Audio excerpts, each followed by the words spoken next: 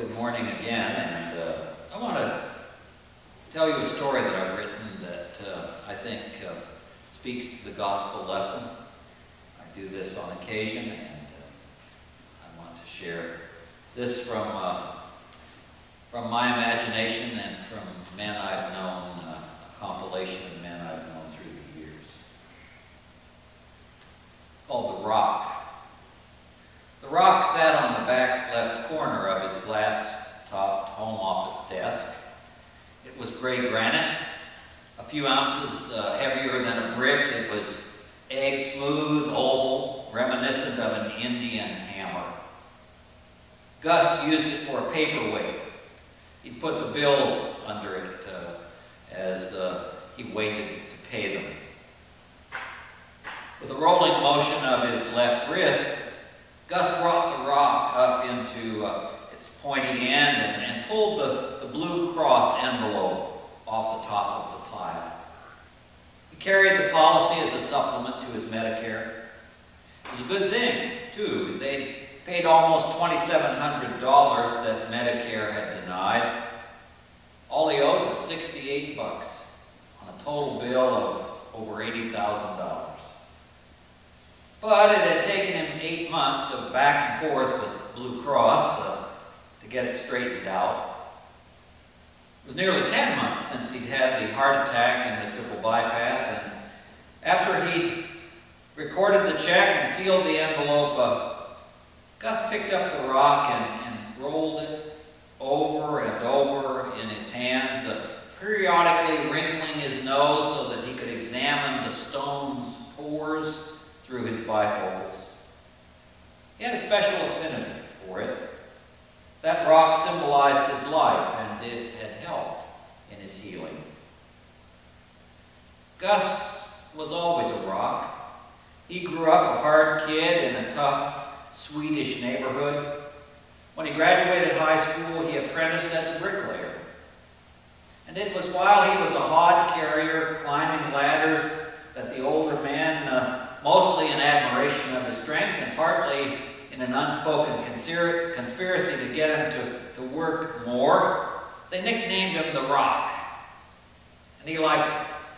He took their bait and he lived up to it. In his 20s, no one from any of the trades on his job site could come close to his physical strength. And in his 30s, sometimes, just to humble the hotshot kids, he'd go back to carrying hod for an hour. His pace would set their thighs on fire. Later, he became The Rock for his knowledge of the work, a mentor for the younger men, and as he aged, the name became him more emotionally as well. There was as much love and anger in him as there was in any man. However, he didn't show it to anyone, and gradually couldn't, with his wife and children, with everyone. Jenny, his oldest daughter, in a fit of 18-year-old lip, once told him he had a rock for a heart. The hurt he felt in his chest for days after that was disproof of her accusation, but he didn't tell her. Now, finally, at age 72, after he retired, his body offered some real proof that Jenny was wrong. The Rock, who'd only been once in the emergency room with a brick shard in his cornea and had never been in the hospital, not even when June had the kids because he couldn't stand the smell of the place, The Rock came down with a mild heart attack. He woke up in intensive care with a tube down his throat and tears running down his cheeks. He was so grateful to be alive. In the 6 days before his release from the hospital, he wept openly with June and the children. He spontaneously thanked God for sparing him in front of the hospital chaplain, and he swore that he'd start attending church with June. When a man from Mended Hearts, a self-help group for patients of heart surgery, visited him, Gus promised that he would become a volunteer with them. The doctor prescribed walking to condition his heart, and Gus complied, and he was cautious at first. But in a month, he began to regain some of his physical confidence, and by then he could walk half a mile out to the edge of their new subdivision to watch the construction of the last 2 condo buildings. It was there that he found the rock, this rock, turned up in the clay. It was alone, washed clean by the preceding night's rain. The weight of it felt just right, brick-like. He did a gentle arm curl with it. And then and there, he decided the rock would aid in his recovery. Flocks of women, escaping too much intimacy with their retired husbands, walked through the development early every morning, and several of them pumped their arms with little sissy barbells as they walked. It improved the aerobic effect, June said. So Gus decided he'd carry this rock and pump it. The strength returned to his upper body, and that's how it came to wind up on his desk, and why he was turning it in his hands as a symbol of his life and of his recovery. But this afternoon, 10 months after his heart attack, it was convicting him of his shortcomings. Maybe Jenny had been right. Maybe his heart was hard as granite in his hands, as the granite in his hands. He hadn't been to church with June, not once. He'd think about praying when he walked, but would feel weepy and he couldn't start. The business card for Mended Hearts was in the upper right-hand drawer of the desk, but he'd never call them. And now his neighbor, John Marshall, just 2 doors down, was up at Loyola Medical Center, 3 days out of heart bypass surgery, and Gus couldn't bring himself to visit him. Why couldn't he turn to give thanks? Return to give help? He felt healed, but he never felt more incomplete. In this morning's gospel lesson, Jesus tells the story of 10 guys nicknamed Rock. If they had what we call leprosy today, parts of their body would have become as insensate as stone. Appendages might have dropped away. And as far as Jewish law was concerned, they were stone dead to the community. Leviticus 13, verses 45 and 46 stipulates that lepers were, quote, to wear torn clothes, have their hair disheveled, conceal their upper lip, call out unclean, unclean, live alone and stay outside the camp. Luke tells that they encountered Jesus and called out for mercy. And Jesus commanded that they go to seek out a priest whose authority would pronounce them healed or clean. And as they went, they were healed. The lesions disappeared. It was a kind of resurrection. Having been dead as stone, they returned to life and the sources of life within the camp, within the community.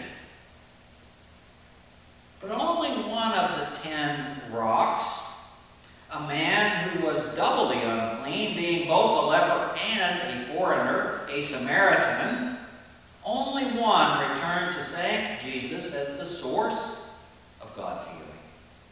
In the intimate act of returning to offer thanks, he was given not only physical healing, but also salvation, if we take the text from the Greek. That's another way to translate what Jesus told him. Go your way, your faith has saved you. healed, but also made complete. Returning in reverence, then he left with joy. Jesus commented to the disciples about the other 9 rocks who failed to return. The difference in their motivation is not disclosed in the story. There were no doubt 9 different reasons, and thousands and probably hundreds of thousands of sermons have been preached, guessing what they might have been. However, I do believe they had one thing in common. It's the same emotion that keeps Gus at his desk holding onto his rock. That emotion was fear.